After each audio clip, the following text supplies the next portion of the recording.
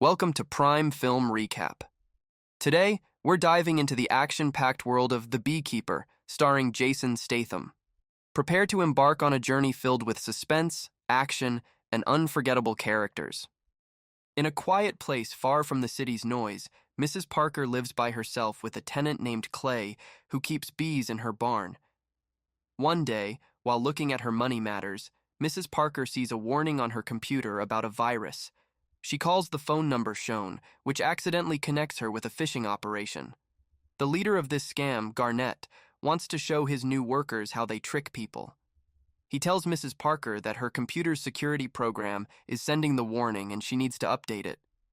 Mrs. Parker doesn't know much about computers, so Garnett offers to fix it from far away.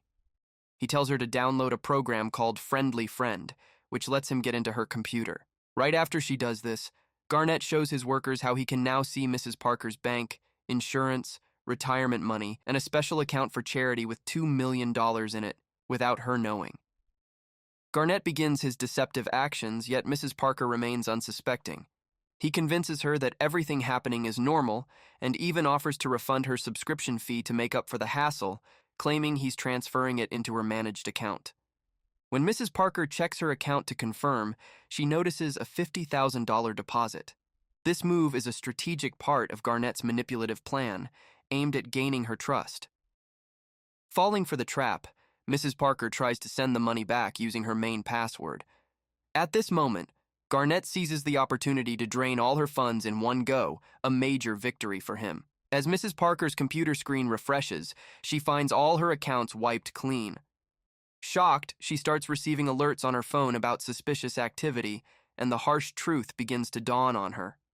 While Clay is busy harvesting honey, reserving a jar for Mrs. Parker, he decides to drop it off in the evening. Finding no response at the door, he enters the house. Immediately, he's greeted by the sound of a fire alarm and senses something is wrong. Venturing further, he stumbles upon a discharged firearm. Suddenly, Verona, Mrs. Parker's daughter, confronts him, demanding he kneel, mistakenly believing him to be a threat. Despite the chaos, Clay shows understanding towards Verona, learning of Mrs. Parker's tragic choice to end her life. Now considered the prime suspect, Verona cannot come to terms with her mother's suicide. Clay remains composed under interrogation, explaining his innocent intention of delivering honey. His alibi as a beekeeper holds up. Upon reviewing her mother's financial records, Verona starts to suspect that financial troubles might have driven her mother to desperation. With no gun residue on Clay and Mrs. Parker's prints on the weapon, the grim reality becomes clear. Verona says sorry for being too tough earlier, but she has her reasons. She wants to know more about Clay, who lived near her mom, so she asks him for coffee. While talking, Verona tells Clay that her mom liked him because he reminded her of her brother who was in the military and has passed away. Her mom always praised simple things like lawn mowing more than big achievements, like Verona finishing FBI training. Then, Verona shares sad news. All her mom's money was stolen by scammers. She talked to someone who fights cybercrime, but it seems like the bad guys who took her mom's money have been doing this for a long time without getting caught. Verona doesn't think they'll ever be found and punished. Clay says that taking advantage of older people is really low because they're defenseless, almost like hurting a kid. But Verona is determined to fight back and find the scammers. After their chat, Clay says he needs to go take care of his bees, leaving Verona to think about her plan for revenge. To get justice for Mrs. Parker, Clay reaches out to the Beekeepers, a secret organization he used to work with, to ask for help in tracking down Garnett's team. Soon he gets a lead on where the fraudsters are, a call center led by Garnett. When he arrives with 2 cans of gas, the guards tell him to leave, but he's determined to shut it down. After quickly taking down the guards, he gets inside and demands everyone to promise they'll never cheat the weak and vulnerable again. However, they only laugh at him. Clay knows he needs to prove his point in a different way, and this time, they're not laughing. After they recite the promise, he douses the place with gasoline to ensure they remember their words. Garnett tries to intervene, but for Clay, it's about removing the threat to protect others. He effortlessly overpowers the 5 guards, showing his skills as a former special agent, and then sets up bombs on the gas cans to explode with the next phone call to the center. Just as another call comes in, Clay leaves, and the building explodes. At the Boston headquarters of Danforth Enterprises, Derek Danforth, the privileged boss, gets a call from Garnett. Garnett reports a serious problem. A customer, Clay, broke through security effortlessly and set their building on fire, turning a $30 million property into nothing but debris. They don't even know who was behind it. Derek decides he needs to handle the situation aggressively. He consults his advisor, a former CIA boss, hoping he could find and deal with Clay, but the advisor refuses to get involved. Not too worried, Derek instructs Garnett to check their online records for anyone linked to their recent shady transactions and then take tough action against that person. Garnett agrees to carry out the plan, though he sounds uncertain. Later, Verona arrives at the crime scene. Although no one can pinpoint who did it, she's secretly pleased about the setback dealt to the bad guys. Meanwhile, Clay is back to his peaceful beekeeping, unaware of the looming trouble. Suddenly, Garnett shows up with his hired guns at Mrs. Parker's place and sees Clay leaving. In a bid for revenge, Garnett decides to shoot up Clay's beehives. Clay, hearing the gunfire, quickly turns on various machines to cover the noise. As Garnett's group moves in, Clay hides, cleverly taking them out one by one from the shadows. The attackers make the classic mistake of splitting up, making it easy for Clay. Eventually, only Garnett is left, panicking at the sight of his fallen team. Clay ends it by cutting off Garnett's fingers, but leaves him alive as a warning. During her investigation, Verona gets an alert about a fire at her mom's place and finds out the dead at the scene are linked to the same corporation. This clue leads her and other agents to conclude Clay is behind it. While Derek is enjoying a leisure activity, Garnett calls him from a bridge, expecting to share good news, but things have only gone from bad to worse. As Garnett tries to explain that Clay is unexpectedly formidable, like a beekeeper ninja, Clay suddenly appears, pulls Garnett out of the car, secures him, and sends him over the bridge. Clay then picks up the phone to ominously tell Derek he's next, terrifying him. Derek seeks help from Wallace, his influential contact, and tells him about the threat from a vengeful beekeeper who destroyed one of his call centers. When Wallace hears beekeeper, he realizes the gravity of Derek's mistake, understanding the threat posed by someone outside their normal scope of concern. Despite Derek's confusion and dismissal of Clay as insignificant, Wallace, with his experience as a former CIA director, knows better. He admits there's nothing he can do to protect Derek from someone as determined and skilled as Clay.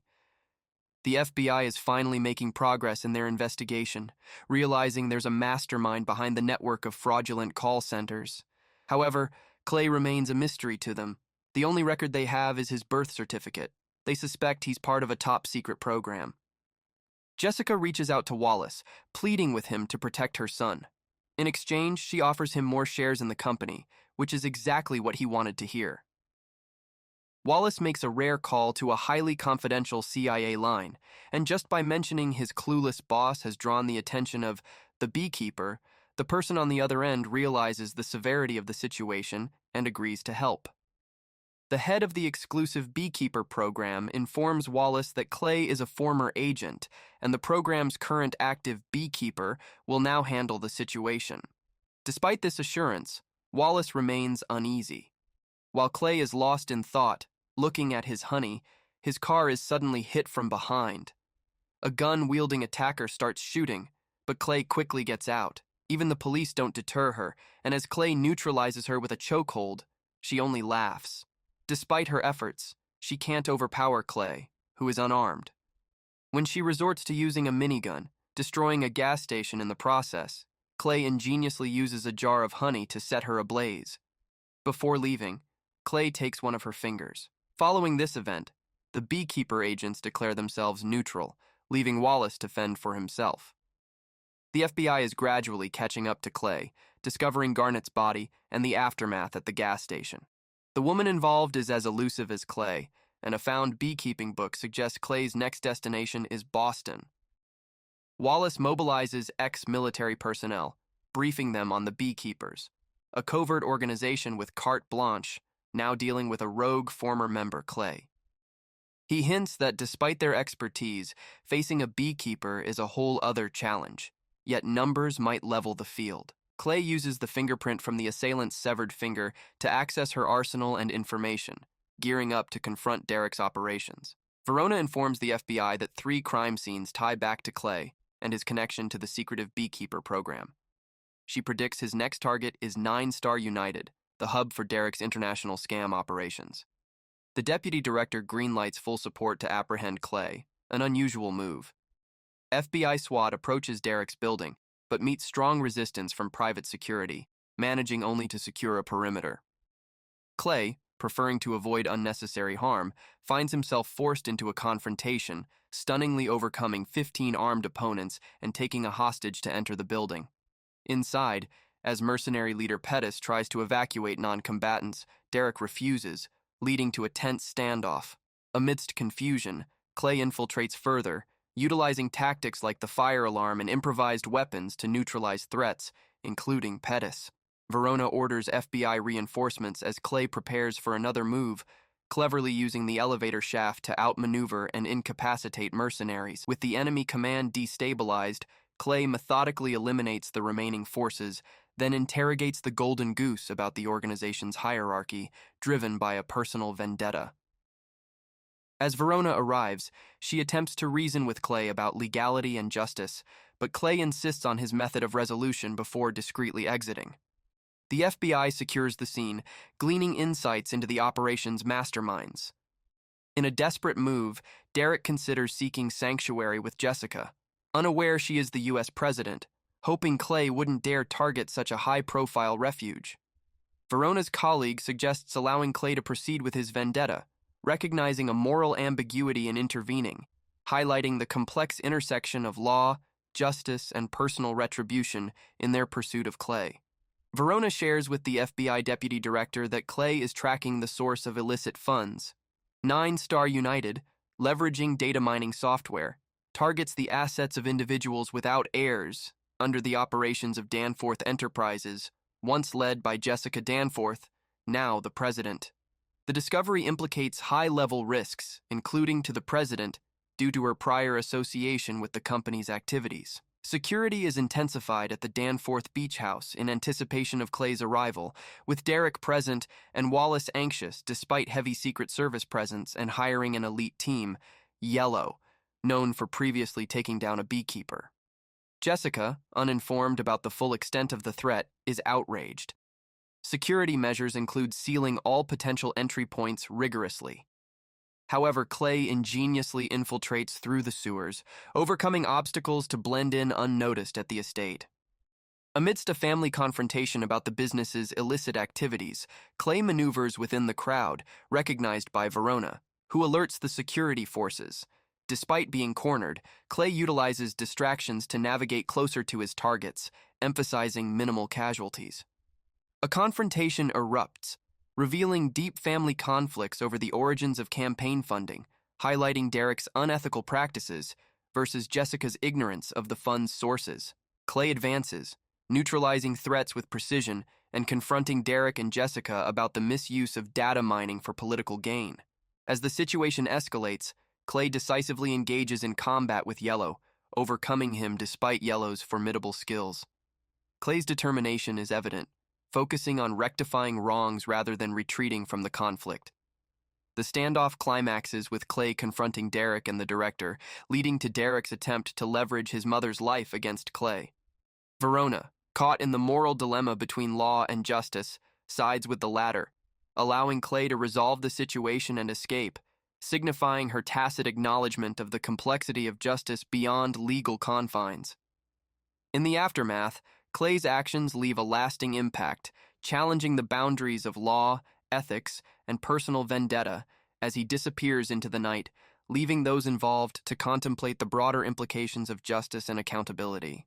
Thank you for joining us on this captivating journey through The Beekeeper here at Prime Film Recap. We hope you enjoyed our deep dive into this action-packed film filled with suspense, intrigue, and unforgettable moments. If you enjoyed our recap, don't forget to like and subscribe to Prime Film Recap and hit the notification bell so you never miss an update.